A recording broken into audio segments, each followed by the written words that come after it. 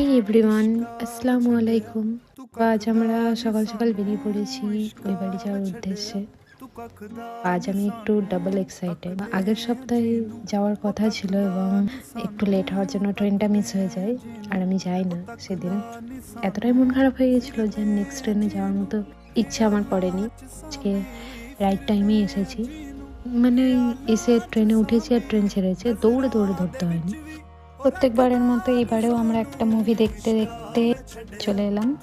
আমাদের যেতে মোটামুটি 1 ঘন্টা লাগে। কোনোদিনই 1 ঘন্টা আমরা মুভি দেখতে পারি না, কারণ আধ ঘন্টা মুভি খুঁজতে খুঁজতেই চলে যায়। তো তারপরে আমরা চলে যাই বাড়ি, এবং যাওয়ার পর সবার সাথে দেখা হওয়ার পর আমি আর কোনো ক্লিপ নিতে পারিনি।